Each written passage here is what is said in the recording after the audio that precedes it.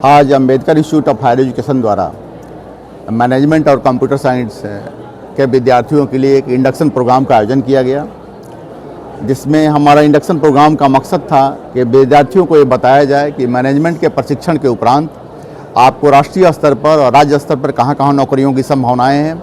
साथ ही विद्यार्थियों ने यह देखा कि Ambedkar Institute of Higher Education ने मैनेजमेंट के ट्रेनिंग के लिए एक बेहतरीन और एडवांस लैब और सिस्टम्स की व्यवस्था यहाँ की है।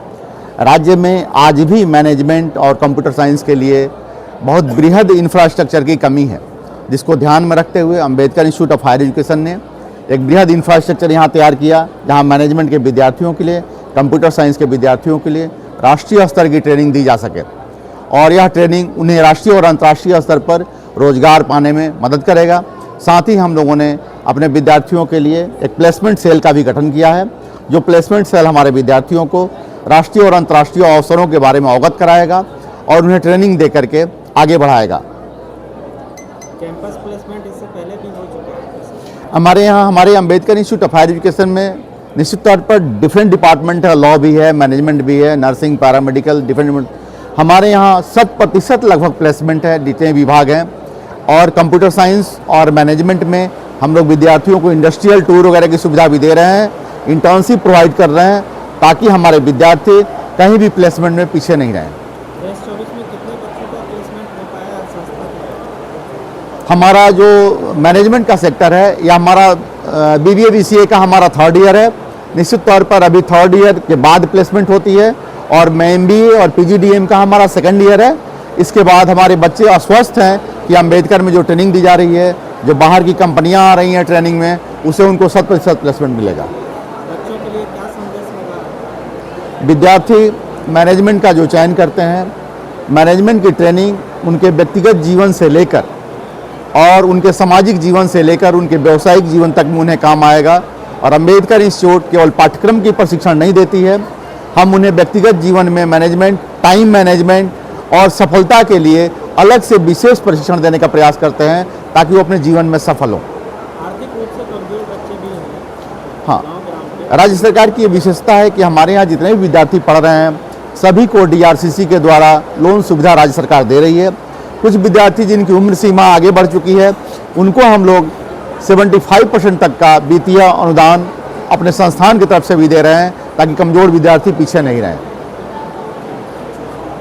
हमारे Ambedkar Institute of Higher Education nursing के विद्यार्थियों को आज मानवता की सेवा हेतु शपथ दिलाई गई, और हमारे संस्थान के 60 GNM और 60 BSc नर्सिंग और 60 ANM की छात्र छात्राओं ने, जो हमारे 3rd ईयर के हैं, ANM के 2nd ईयर के हैं, मानवता की सेवा हेतु शपथ लिया कि हम लोग जब इस प्रोफेशन में आएंगे तो मानवता की सेवा बिना भेदभाव और किसी प्रकार की अमीरी, गरीबी, लालच के बिना करेंगे।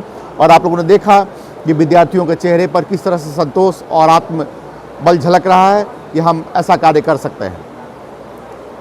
हम ऐसा कर सकते हैं सर कि शिक्षा के साथ साथ अच्छा बेहतर इंसान भी बनाया जा रहा है। निश्चित तौर पर अंबेडकर की विशेषता है, यहाँ जो अनुशासन है, जो प्रशिक्षण है और जो मार्गदर्शन दिया जाता है, वो किसी भी अन्य संस्थान के लिए एक अनुकरणीय है। ऐसा हम नहीं कहते हैं। यूनिवर्सिटी के VC, शिक्षा विभाग के उच्च पदाधिकारी जब यहाँ आते हैं तो कहते हैं कि अंबेडकर का अनुशासन, अंबेडकर का मार्गदर्शन बिहार में सामान्यतः नहीं दिखता है। आज हमारे छात्र छात्राओं और शिक्षिकाओं ने कुंभ में जो लोगों की मृत्यु हुई है, साथ में दिल्ली में स्टेशन पर जो मृत्यु हुई है, जिसमें बिहार के अधिकांश लोग हैं, उनकी मृत्यु से आज हम लोगों की आंखें नम हो गई है। निश्चित तौर पर जो लोग मरे हैं वह पुण्य के लिए जा रहे थे, एक धार्मिक कार्य के लिए जा रहे थे, लेकिन भारी भीड़ की संभाल पाने में कठिनाइयां हो ही जाती है आवश्यकता से अधिक होने पर। तो हमारा सुझाव है कि लोग किसी भी चीज़ों में समय, व्यवस्था को देखते हुए किसी भी यात्रा पर जाएं। अचानक एक भारी भीड़ कहीं नहीं निकले, जिसका दुष्परिणाम हम लोग देख रहे हैं। परंतु आज इन सभी लोगों की आत्मा की शांति के लिए हम लोगों ने 1 मिनट का मौन रखा कि भगवान उन सबों की आत्मा को शांति दे।